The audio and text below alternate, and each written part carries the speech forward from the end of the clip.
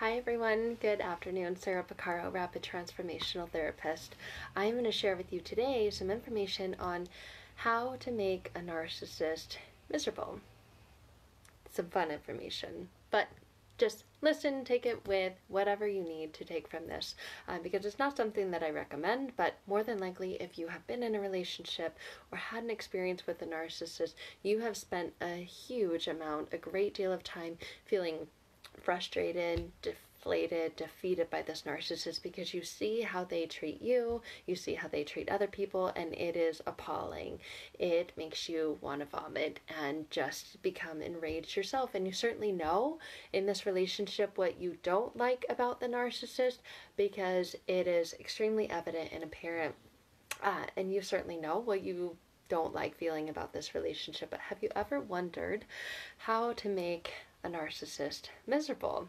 I know that I had. Have you ever wondered what are they afraid of? What triggers them? Because it often seems like they're so impenetrable, like nothing bothers them and they can just plow through you, destroy your life, and go on living as if nothing happened. And you want to get them back. You want them to be as miserable and as frustrated and as comfortable and sad and angry as you are feeling having been with them. So trying to make them miserable, it has its place for a really short time and small time because with them, you can never win. So I don't recommend ever focusing on it for too long. What I do recommend is getting out and then focusing on healing yourself, because inevitably focusing on trying to get back at them or make them miserable will have a profound impact on your energy level, your mental health, and your overall well-being. But if you're like, how do I make them miserable, and you need a quick fix, here are some things that you can do. We're going to talk about these things. These are the top 12 things that all narcissists hate that make them miserable. The first one is lack of acknowledgement. As you know, everyone in a narcissist's life and their harem is a source and form of supply for them, and so they need this acknowledgement. They thrive on it. So lack of acknowledgement, I mean, it's no secret that narcissists, they revel in this admiration and this validation. They constantly need it. That's why they have so many sources of and forms of supply, and if you're in their life, you're one of them. Like it or not, you are. They depend on this constant need for approval to maintain their sense of self-worth. Without approval or validation, their self-worth is zero. That's what makes them different from a normal, healthy person. Says, you know, it feels good to receive validation and approval, but your life doesn't depend on it. For the narcissist, their life does depend on it. So this lack of acknowledgement is one of the top ways to get back at them, because to achieve this validation and sense of acknowledgement, they have to steal it because they don't have it from themselves. So they have to take it from other people. They have to steal the energy of other people to feel good about themselves. It's very much like the bully mentality in elementary school on a playground. The bully goes around hurting other people to feel good about themselves. That's very much what the narcissist is like. So do you ever wonder why they don't seem to mind the negative attention? And you're wondering, like, all of our interactions, we're arguing, we're yelling, we're screaming at each other. This doesn't feel good. Why do they like this? They don't seem to mind that negative attention. The way that it impacts you is very different from the way that negative attention impacts them. It's because this negative attention also fuels their narcissistic fire. It's like taking a thing of gasoline and squirting it on the fire, and that gasoline is negative attention. It doesn't matter if it's negative or positive. It fuels their fire. It makes it grow bigger. It adds to it. And that negativity is still attention, and it's attention in the form of any attention. It doesn't matter if it's negative or positive. Most of us feel good if we've received positive attention, praise, admiration. It makes us feel really good. For the narcissist, it doesn't matter if it's negative or positive. Any kind of attention is what validates them and gives them the incentive to keep on going. In fact, it builds a bigger flame and fire if it's negative, because they know they're getting under your skin and they like that. They love it. They thrive off of it. It gives them the motivation to keep proving to themselves, I can still get to them. In fact, they often like negative attention even more, because the more that you're bothered by their behavior and these crimes that they commit in the relationship, the more they can exploit this to continue to deepen that trauma bond that they have and keep you hooked, keep you entangled. So the more that they receive negative attention, like the more that it's working in their eyes. It's a really messed up backwards way of being, but it is their way of being. And so they actually prefer the negative attention because it deepens that trauma bond. And the more bothered you are, the more hooked you are, the more entangled and enmeshed you become in this relationship. So lack of acknowledgement to a narcissist is a very, very real threat, because to a narcissist, indifference is even more of an issue than hatred. And I always say this, the opposite of love is not hate, it's indifference. So if you are just indifferent to it, that is more of an issue than saying, I effing hate you. They're like, ha ha ha. Then they laugh about it and they will mock you about it. Indifference is so much more of an issue with them. They'd rather you have a negative opinion of them than no opinion of them at all, because no opinion, they're not getting to you. A negative opinion, they're still getting to you. And narcissists cannot stand when no one is paying attention to them. At least if you're giving negative attention, well, you're still paying attention to me. They don't know how to feel important or how to feel special if they're not the center of attention or the center of the universe or consuming someone else's thoughts. There's that saying, right, that bad publicity is like there's no such thing as bad publicity, and that's the way that they live their life. Even if you're talking crap or shit about them, hey, they're still talking about me, right? And that means that they're still the center of your universe. So lack of acknowledgement is the number one thing that they hate. And it's also why the traditional gray rock method doesn't work a lot. And I do promote that and say that, just that response of like, okay. But complete avoidance, no contact, is the best route, or extreme modified contact. That's what I have to do. If you share a child with a narcissist and you can't go no contact, extreme modified, only in the form of just very factual communication through email. Don't allow them to call or text you. That's too personal. Or one of those parenting apps that are approved. So everything is timestamped and documented. But then again, extremely modified contact. The second thing they can't stand is when people speak factually. So this goes along with the lack of acknowledgement. They want and they thrive and they live off an emotional response from you. So when you speak factually, and without tone, without emotion. I mean, think about it. If you've ever paid close attention to a narcissist and how they speak, they use excessive, long-winded language with this grandiose emotion, and it's what's called word salad, and you're just disoriented, and they never take responsibility. They never really answer anything, and you're thinking, what are you talking about? They do this to get you flustered and frustrated and upset so that you will become enraged, so they can point the finger at you and say, see, you're the one that's crazy. See what I have to deal with. And then they can play the role of victim. So they hate it when people speak factually because it skews the reality to meet the worldview that they believe. And they believe their worldview is that they're always in the right. What they speak is the truth. And additionally, through the use of cognitive empathy, they've spent their entire lives watching, learning, soaking in, and observing emotional language of people around them. And they use it to their advantage. They use it to get under your skin. So when you speak in facts, instead of emotion, because that's what they've spent their life studying, this emotional language, and they know your love language, and they use it in the beginning in the love bombing phase to hook you and reel you and suck you in. When you speak in facts instead of emotional language, they intuitively understand that they have less of an upper hand, and they live to have the upper hand and to have you have the lower hand. But when you take out the emotion and speak just in facts, you tell them, look, you don't have the upper hand over me anymore. I have the upper hand over me because I'm not become emotionally invested or involved in all of your craziness. And they hate when someone challenges them with facts instead of emotions. So this is tricky, but it is a way to get the upper hand, because then you're taking the ball out of their court. They will usually resonate or respond or retaliate with more arguing, with hysteria. This is this narcissistic rage that becomes induced because you're simply laying out the facts and you're not responding with emotion. And you'll notice this very childish emotional response come out of this, simply because you're taking the ball out of their court, because they're losing control.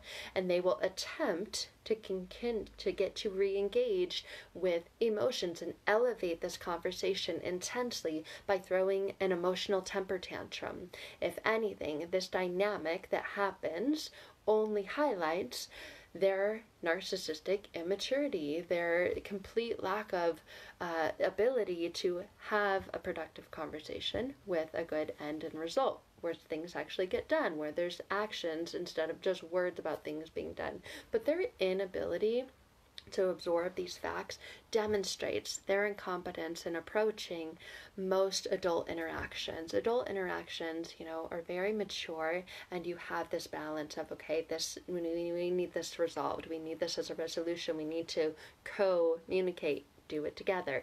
And they lack that. They're not skilled in the language of facts because they're always lying. They're always withholding things. And lies are not facts. But because they're always lying and because they're always hiding things, when you throw out facts and there's no emotion, it throws them completely off balance. The third way to get to them is through authority. Narcissists detest authority. I see this in my own relationship with past narcissists and in all the clients that I work with. Narcissists detest authority. They think that they are above authority, and because they resent having to answer to anybody but themselves, any sense of authority threatens their inherent desire for the power and control that they're always after. So it's not uncommon for them in their lives to have issues with people at work or they work with. You'll notice that they come home and they're always talking about how there's all these problems, but it's everyone else's fault. Or even with the law, you may notice the narcissist in your life has had multiple jobs. I cannot tell you how many jobs the ex-narcissist in my life had, and I thought, wow, and it was always someone else's fault. He was always in the right and they were always in the wrong, and I just thought, okay. But in the beginning, I didn't pick up on that pattern. Are they frequently getting reprimanded for their behavior? Are they frequently quitting jobs?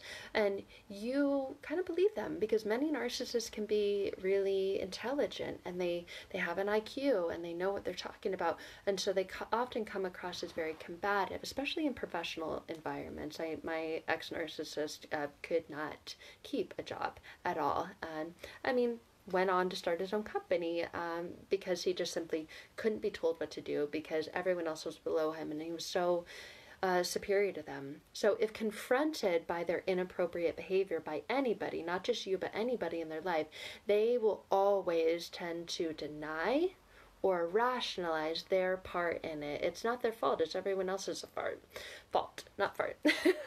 So it's no surprise that most authority figures hate working with narcissists. You'll notice that if it's in a work relationship, any supervisor just finds them extremely unruly, unreasonable. They're very, very difficult, often impossible to work with.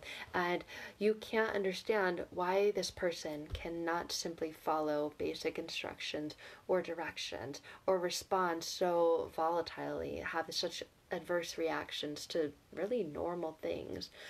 You'll notice this goes along with the fourth one, being told no.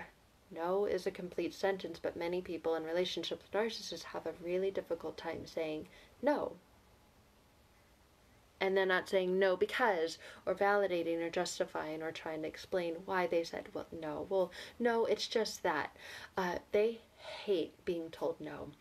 One of the things that they can't not stand is being told no, and having the person tell them no and then actually following through with it, because to them that's a boundary.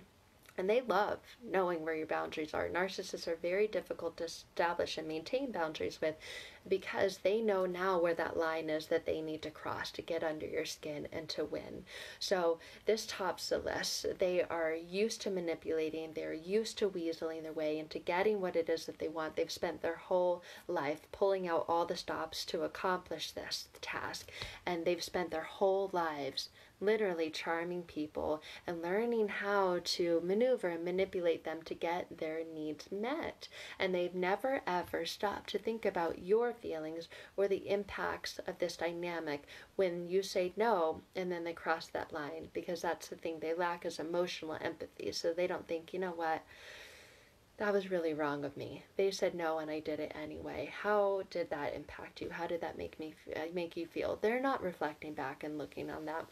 That's why telling them no and being adamant on your stance often causes such an angry reaction, because they hate being told no.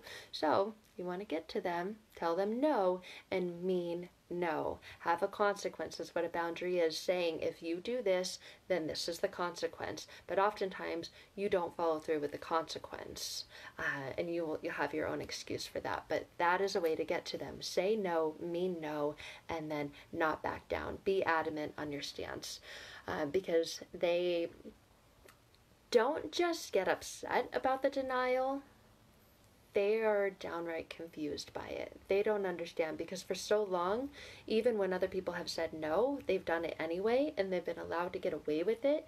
And when you finally say no and then they can't get away with it, they're just confused by it. What do you mean? I don't understand. I don't get it. And you're not refusing them because of this lack of empathy. They're just saying, no, I'm not going to take this anymore. So the fifth thing that you'll notice with them is implementing consequences, and this goes along with number 4 with the boundaries, with saying no. Have you ever tried to set a boundary with them? How well did that go?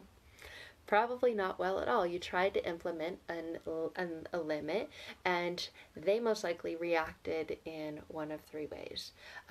The first one is that they completely dismissed you altogether, and then they gaslit you and your feelings. They got you to question your reality, and all those gaslighting phrases that they say to you.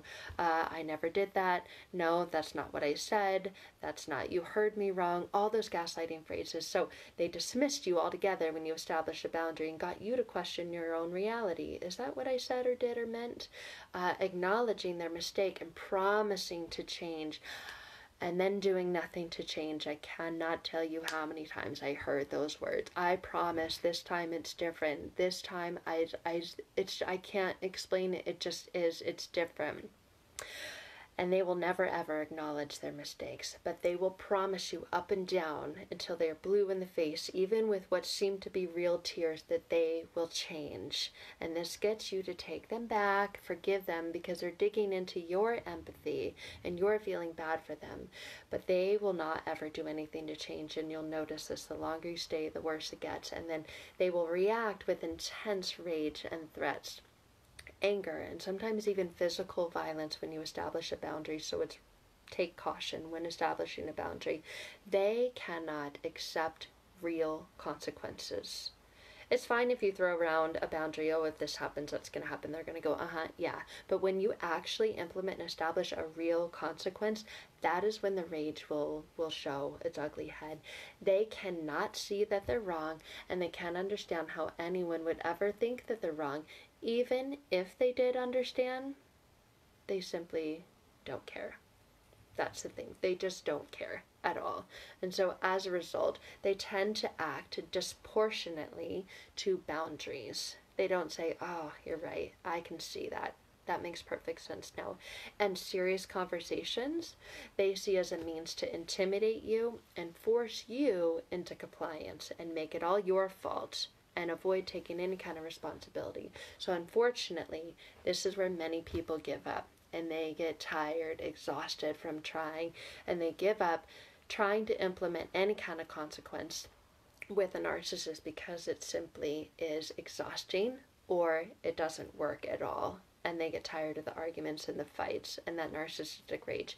And because most people who are with them are caring, forgiving, loving, empathetic, they want to avoid conflict. They're fixers, they're people pleasers, they're empaths, and they want to avoid the conflict. So most often what happens is you just surrender your feelings because you're just tired. So how many times, if you can think of how you've avoided establishing a real boundary and just saying it's just who they are. Think about the impact of that on your life. The sixth one is that they will not lose at anything. Win, win, win. That's their motto. Win no matter what. And if you've ever observed little kids like playing a game or something, you probably witness lots of different cheating, manipulative behaviors and dramatic reactions to losing. If you're playing a game and a little kid loses, they'll throw the entire game. This is stupid, and they'll stomp off and storm off. Okay, that's acceptable when the kids playing the game are 3, 4, 5, 7 years old. But this is the way that narcissists react. And they're not little children, they're adults. So how is this okay when you're a full-fledged adult? That's what narcissists act like, these little children. And they resemble toddlers in the way that they are extremely sore losers. They hate losing. They struggle to accept losing, and they lash out when it happens. They lash out when they lose, and a couple scenarios will occur. They will repeatedly proclaim that the person in charge is incompetent. They don't know what the hell they're talking about. They don't know what they're doing. And then the winner, the person who actually won, they will defame them, they will humiliate them, and call them all kinds of names and make it look like, they were wrong. Or you'll notice that they don't even care about winning. They pretend that they didn't even care about winning. This is stupid. I don't know why you wanted to do that anyway. Or they insist that they let the other person take the spotlight. I let you win. I let you have that. I let you. I used to hear that phrase so many times. Oh, well, I let you. If I wanted to win, I could have. Like it was a game, and it wasn't even a game to begin with. But they pretend that they didn't even care about winning, and they refuse to accept that they lost, and then they awkwardly act as if they were the actual winner.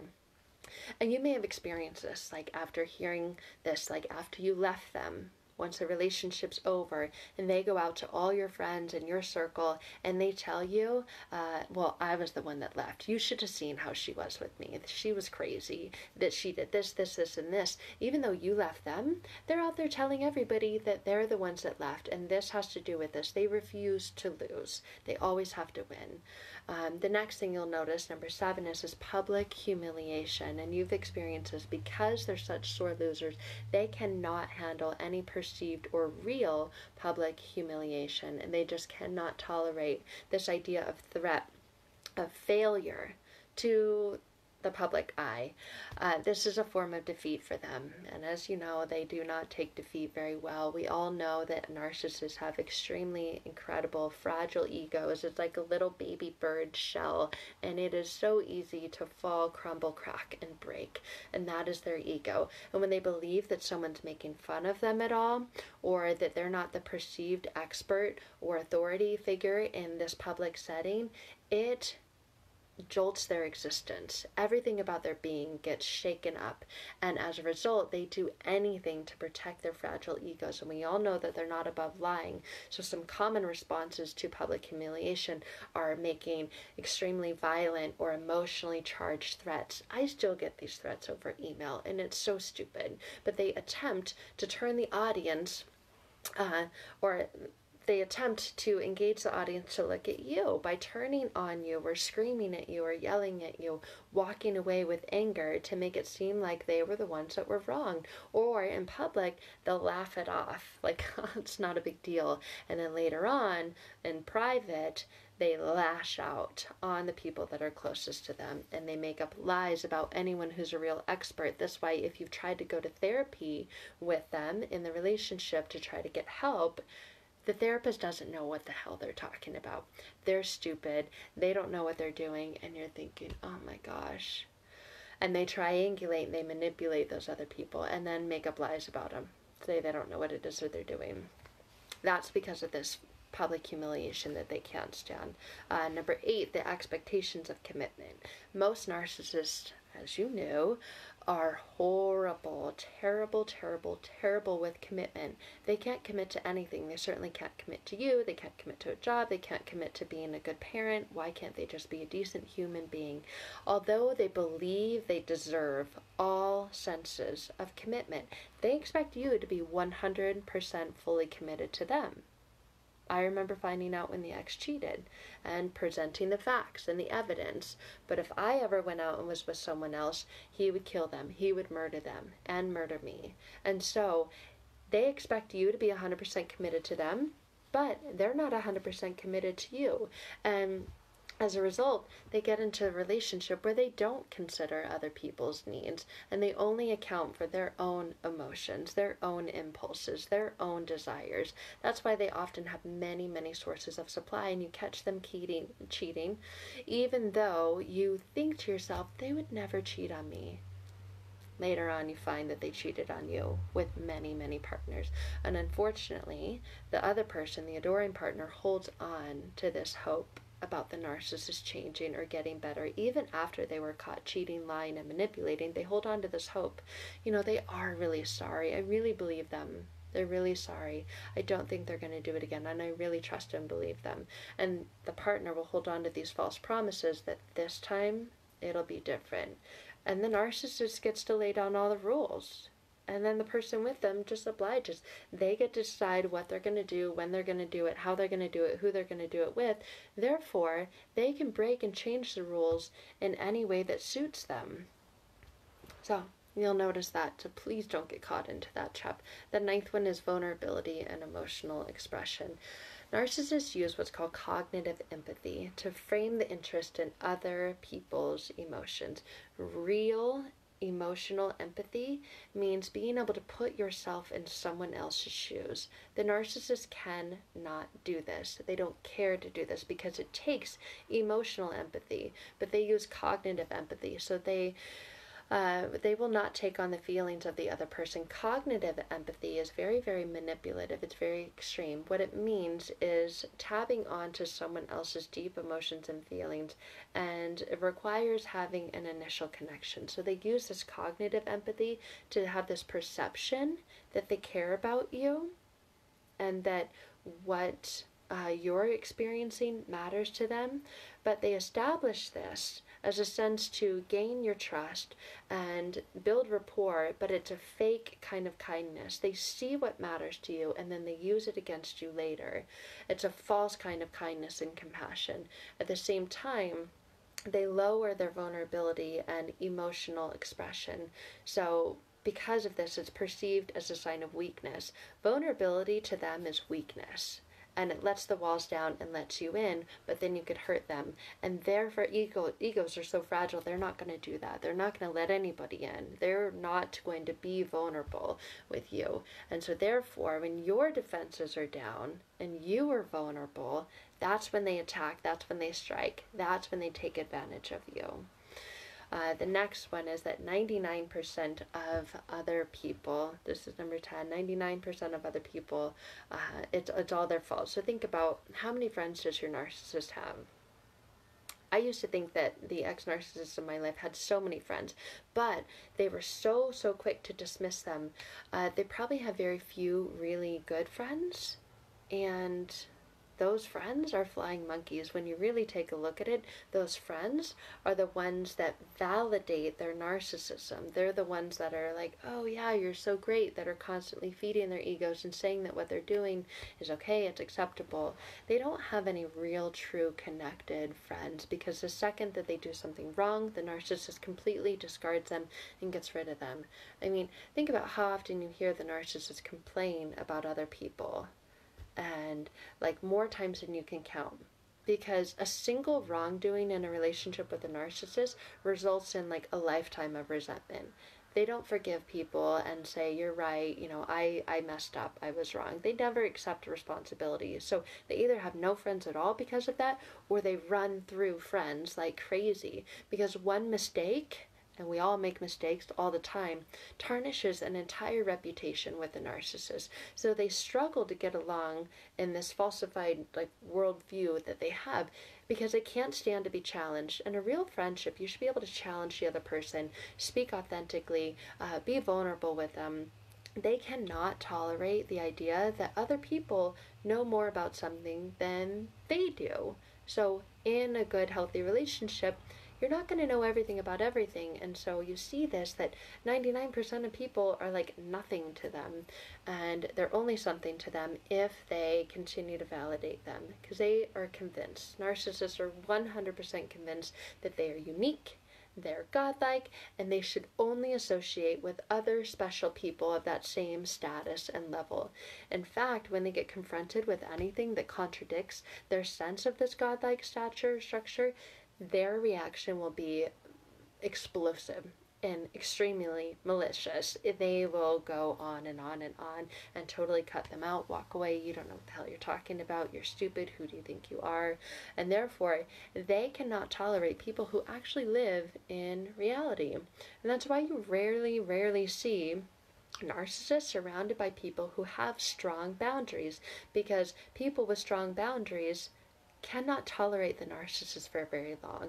They recognize the narcissist cannot provide this mutual give and take, this mutual respect and compassion, connection, or love, and they simply don't allow them to be in their lives anymore. So having strong boundaries is everything in keeping narcissists away from you. And then having your own clarity. Having your own clarity above anything. The narcissist hates the idea, and this is so funny to me, they hate the idea that you can remember life before you met them. My ex used to say this. I mean, I was married before, and I had a much longer relationship in my marriage. I mean, yes, it was with a covert narcissist, but before the second impactful narcissist in my life. And he just cannot seem to think that I had life before him. I didn't meet him till I was 30. And it's now 29. But he does not think that I had life before he came into my life, because they hate the idea that you had a life before you met them, because everything revolves around them. And this concern that you were an amazing person, or your life was so much better before they came into it, once you start to realize this dynamic that's playing out, this concern that you'll go back to that amazing life and completely forget about them, and they can't control you at all, is one of their greatest fears. I mean, even things like pieces of clothing. I had really expensive pieces of clothing because the first narcissist tried to win me over. The love bombing was buying me lots of things, and he wanted me to look good on his arm. So he bought me things that were really nice, showy and flashy, like purses, coats, jackets, watches, glasses, things like that. And then when I would wear them, the second narcissist would go, "Oh, when did I get that for you?" And I said, "Actually, you didn't. My ex-husband did." Oh, he did not like that. But that's because they have this world-like view that they're God, and they don't want you to remember the life before them. They want to control, manipulate everything about your life. So they will engage in many manipulation tactics, prevent this from manifesting, to prevent you from being able to move on and have a healthy, happy, thriving life without them in it. Even once the relationship's over, they will try to hook you, engage you, and keep you in, and win you over again with this love bombing to keep you captured. Because that's what it is. It's like a capturing, to keep you intrigued. And they will try to win you over again with their charm, with their cognitive empathy. See, look, they'll send you pictures of like the good times. See, remember when things were good? Let's go back to this. And they try to keep you hooked. And I still get those. It's one of the things, the manuals out of the playbook, is that they send you pictures of the good times to get you thinking, wow, maybe he's not all that bad. Maybe I should take him back. They learn your love language. They study you. They understand what gets you, and they use it when you are breaking away and trying to leave them. Because of this, they never, ever want you to think for yourself. You thinking for yourself, you seeing things clearly and for the way that things really are, breaks you away from them. And if you start doing that, then they will react.